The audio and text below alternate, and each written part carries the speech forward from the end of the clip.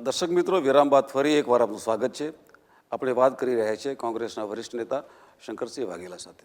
બાપુ, જેમને જે તડીપાર હતા ગૃહમંત્રી, એમને ફરીથી ટિકિટ આપી છે, એને ફરીથી ચૂંટાઈને આવશે તો એ અલગ સવાલ છે. એ અલગ સવાલ છે. યુપીમાં આવા કેટલાય મસલ પાવરને મની પાવરને એમાં થઈને આવે છે. અપક્ષ લાખો કરોડો રૂપિયા ખર્ચીને ગંધ રાખીને બી આવે છે. પણ એ અને બીજા મંત્રી નરોડાવાળા જેલમાં છે બિચારા. ભાજપની આ અસલિયત છે. આ તમે કોંગ્રેસને કહેતા પહેલાં તમે એવું કેવું પાપ કર્યું છે કે તમારે આ ધોવું પડે છે. તમે એવું કેવું પાપ કર્યું કે તમારે આટલી બધી સિક્યોરિટી રાખવી પડે છે. જાહેર જીવનમાં આવું ન હોય.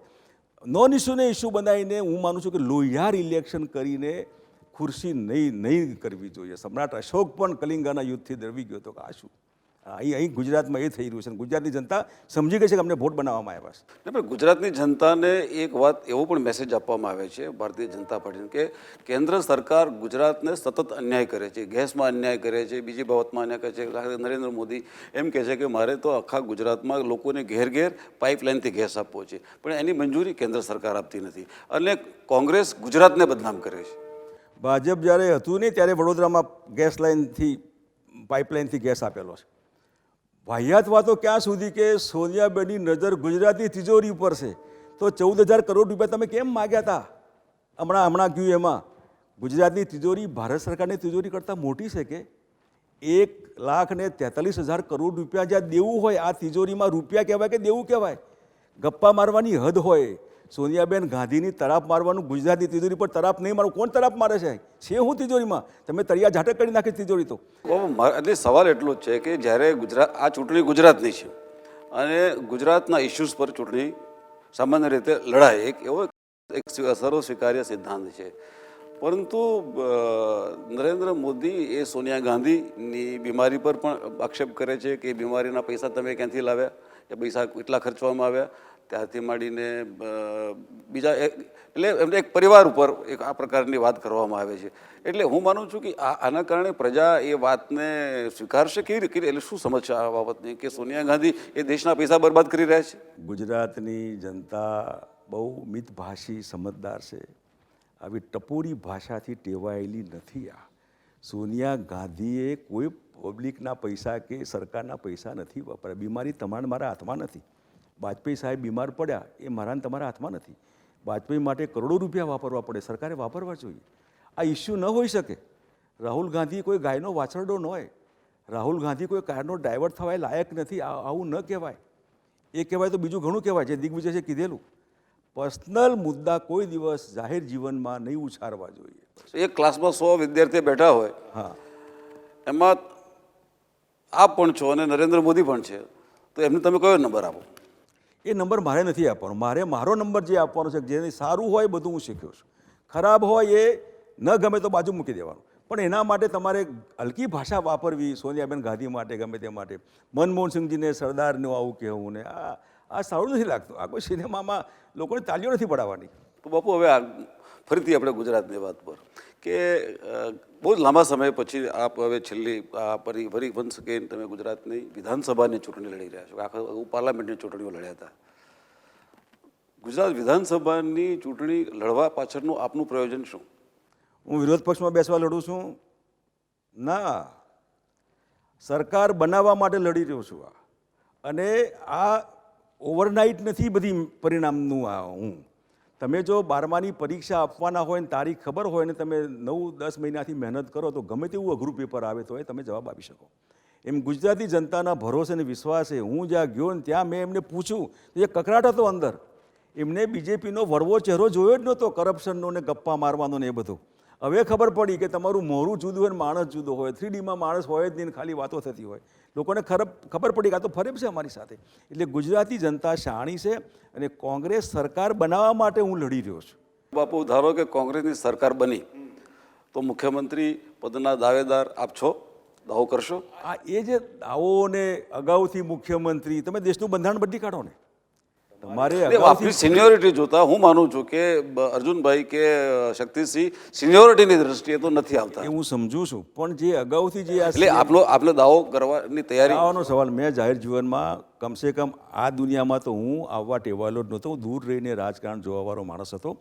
જે તે વખત જે થાય એ બધો જ રોલ પ્લે કરવો જોઈએ.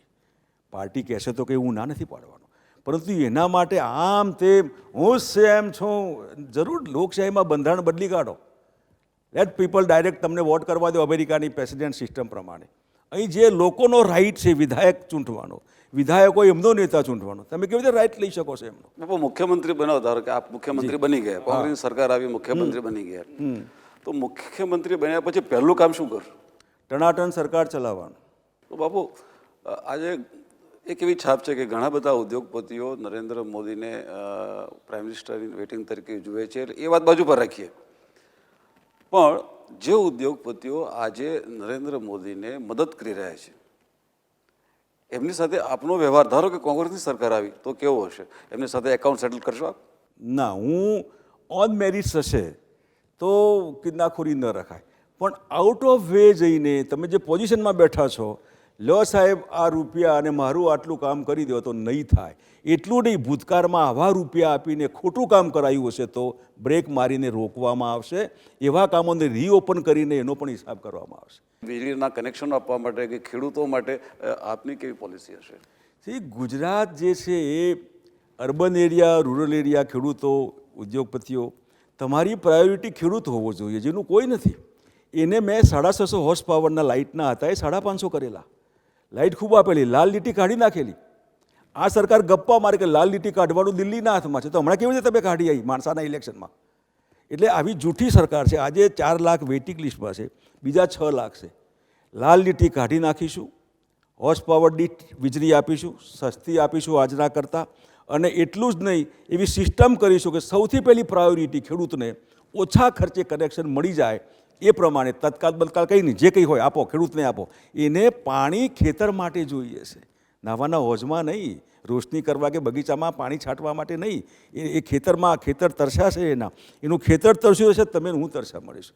માટે પ્રાથમિકતા હોવી જોઈએ ખેડૂતને, ઓછા લાઇટ, સસ્તા લાઇટમાં પૂરી વીજળી આપો, અને જ્યાં જોઈએ ત્યાં આપો. પણ બાપુ હવે આ મુદ્દાનો છેલ્લો એક મુદ્દો, દાખલા તરીકે આ તો વાત બરાબર છે, પણ એક અગાઉ એવી પણ જાહેરાત કરી છે કોંગ્રેસે કે જો અમારી સરકાર આવશે તો અમે પેટ્રોલ, સીએનજી અને ડીઝલ પર અમે વેટ ઘટાડીશું. એટલે આ વાત સાચી છે, વચન છે કે આ ગપ્પુ છે? નહીં નહીં, ગપ્પુ હોઈ જ ન શકે. જો હંમેશા પ્રજા માલિક છે, જ્યાં પ્રજા માલિક હોય તો પ્રજાને શું જોઈએ કે આ 5 રૂપિયા પેટ્રોલના હું ગુજરાત સરકાર, મારે આમ હું સબસિડી આપું છું, ટેક્સના જે પેટ્રોલ અને ડીઝલની સબસિડી નથી વાત, સહેજ ભાવ વધે ઘટે, તો હું 30 દિવસમાં, કોંગ્રેસની સરકાર હશે તો 30 દિવસમાં વેટના રૂપિયા ડીઝલ, પેટ્રોલ ને યુરિયા, ખાતર, એમાં પણ એટલા ઓછા કરીશું કે રાજસ્થાન, મહારાષ્ટ્ર, બીજા બધા રાજ્યો કરતાં ગુજરાતમાં ડીઝલ, પેટ્રોલ સસ્તું હોય.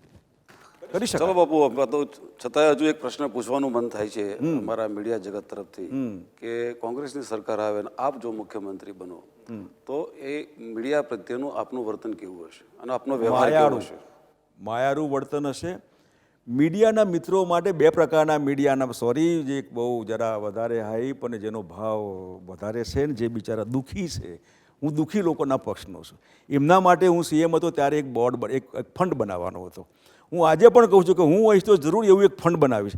માની લો કંઈ અકસ્માતમાં કંઈ ન થાય એવું ઈચ્છીએ, પણ કંઈક થયું, એના પરિવારનું શું?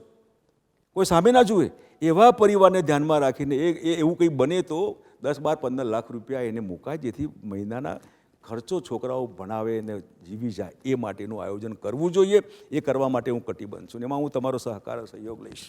થેન્ક યુ વેરી મચ બાપુ. આપે આજે સંદેશ ન્યૂઝ સાથે વાત કરી, આપનો આભાર, અને હું આપને શુભેચ્છા પાઠવું છું. તમારો પણ આભાર, સંદેશનો પણ આભાર, ને સારો સંદેશો ગુજરાતી જનતાને પાઠવજો કે આપણી સરકાર બને, જનતાની આપણી ભેગી બધાય. થેન્ક યુ, નમસ્તે. તો દર્શક મિત્રો, આ હતા શંકરસિંહ વાઘેલા, ગુજરાત કોંગ્રેસના વરિષ્ઠ નેતા. એમની સાથે આપણી સાથે વાત કરી સંદેશ ન્યૂઝ સાથે, અને ફરીથી આપણે થોડા જ સમયમાં મળીશું એક બીજી જ કોઈ પર્સનાલિટી સાથે. Thank you very much.